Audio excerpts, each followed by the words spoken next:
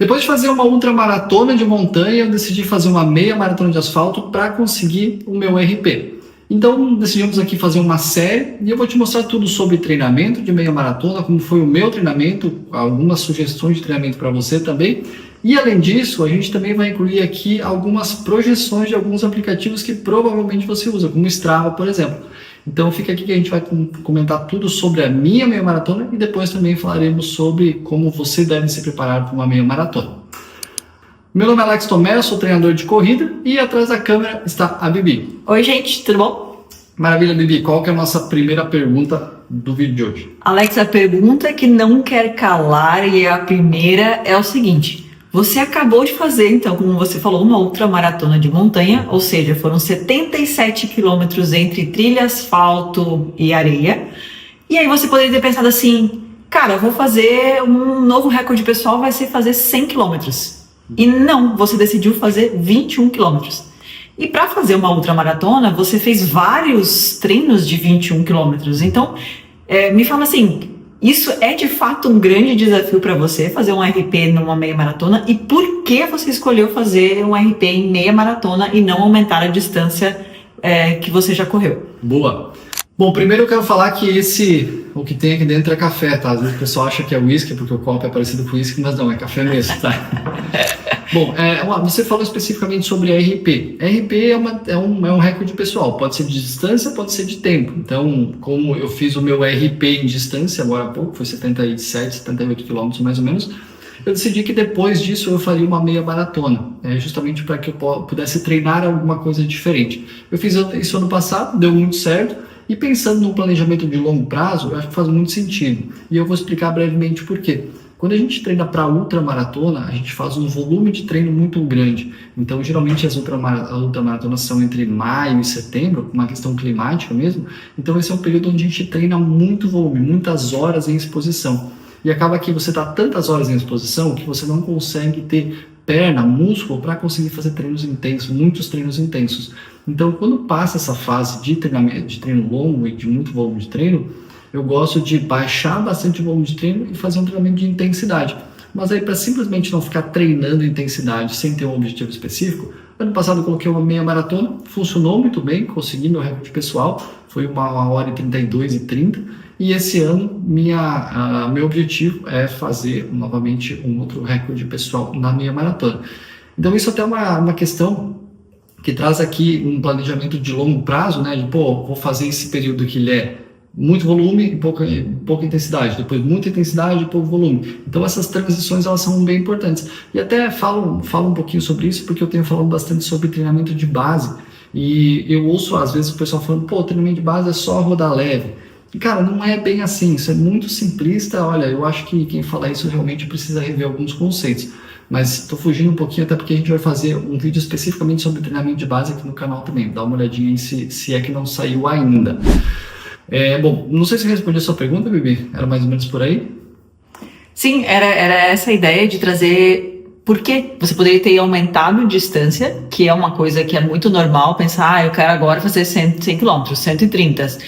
Voltar a fazer uma meia maratona, eu sou um perdedor. Às vezes algumas pessoas têm essa ideia, né? Mas eu tenho uma ideia totalmente oposta, tá? Eu acredito que a gente fazer uma meia maratona de asfalto, às vezes pode ser mais difícil do que fazer um RP na meia maratona de asfalto, pode ser mais difícil do que conseguir correr uma prova de 50 km, por exemplo. Então, provas curtas de alta intensidade, elas são muito desafiadoras. Eu sei que a gente tem na mente que o desafio é distância, mas não necessariamente. O desafio pode ser velocidade. Tenta aí fazer um RP nos 5 km para você ver, cara, é o sofrimento do início ao fim. Então, eu acho que se você pensa sempre, as pessoas que pensam sempre, eu fiz 42, agora tenho que fazer a próxima. Eu fiz, agora tenho que fazer a próxima. Cara, não é bem assim. Acho que a gente precisa estabilizar nas distâncias. E se você desempenhar melhor nos seus 5 km, a probabilidade de você fazer uma boa meia maratona é melhor. Se você fizer uma meia maratona melhor, a probabilidade de você fazer uma maratona, uma outra melhor, é maior, porque você está ficando mais rápido. Você ficando mais rápido, fica muito mais fácil de ser melhor nas outras distâncias também. Legal. E tem, assim, muitas provas, né? Então você pode ter objetivos de fazer várias meias em diferentes lugares do mundo, por exemplo, né? Isso, Então, não necessariamente só aumentar, né? Não é um bingo onde você tem que aumentar, sempre ser mais rápido ou sempre aumentar a distância. Você pode curtir também os processos. Com certeza. Beleza. Aí, então, você já trouxe que o seu recorde pessoal é 1h32:30. E qual que é a tua meta? Bom, eu tenho duas metas. Eu geralmente vou para as provas com duas metas. Três, na verdade. A primeira sempre é terminar bem, sem lesão. E isso é uma coisa que acontece, as lesões acontecem mais no treinamento do que na prova em si. Então, eu chego ao final dessa preparação sem lesões. Então, meta primeira alcançada. Segunda meta é conseguir um RP. Como a Bia acabou de falar, meu RP é 1h32:30. Então, eu quero fazer um tempo mais baixo do que esse. E, se possível, aí a meta seria a mais ousada de todas, fazer abaixo de 1h30. Boa, e aí então para chegar nessas metas, e aí vamos mirar mais no RP e no 1h30, que seria o grande desafio, qual que é a tua estratégia para a prova? É só sair correndo desesperadamente, dar o máximo que tem no galeto, como a gente fala, ou você tem alguma estratégia por trás para chegar nesse valor? Boa, é legal porque a maratona é uma prova relativamente curta. Então, geralmente dura aí menos de 2 horas, né? É claro que dura mais de 2 horas para algumas pessoas. Mas quando a gente vai comparar com maratonas, ultramaratonas é uma prova que é relativamente curta. Então, a estratégia acaba sendo extremamente importante, porque se você vai arriscar, vai sair rápido demais, você pode quebrar e não conseguir concluir a prova. E, por outro lado, se você sair conservador demais, você pode não ter tempo de conseguir recuperar esse tempo para conseguir seus RPs.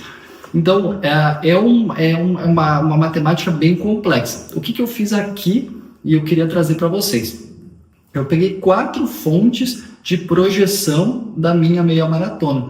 E a partir dessas 4 fontes, que todos vocês podem ter acesso também para as suas meias maratonas, a gente vai conseguir, eu posso conseguir ter um plano um pouquinho mais preciso para saber exatamente o que eu vou executar lá na prova. Beleza? Posso colocar as 4 aqui, Bibi? Pode ser? Pode, manda lá. Beleza, a primeira delas é uma que pouca gente sabe, mas que é o estado da arte, é a coisa mais completa, a melhor das opções sempre, que é você fazer um teste incremental em esteira. Não necessariamente a melhor das opções, porque tem testes de campo, eu vou mostrar para vocês aqui que são muito precisos também, mas isso aqui ele traz fisiologicamente muitas informações, que pode ser bem interessante, que é um teste incremental em esteira que é feito em laboratório. Aí você pode dizer assim, pô Alex, mas isso é super caro, não sei se eu tenho acesso e tal. Verdade. Mas aqui eu vou te dar uma dica. Geralmente as universidades precisam de voluntários para fazer estudos. E cara, olha só que legal, você pode contribuir com o estudo que vai trazer muito retorno para a nossa sociedade, principalmente a sociedade da corrida, nosso grupo, nossa comunidade.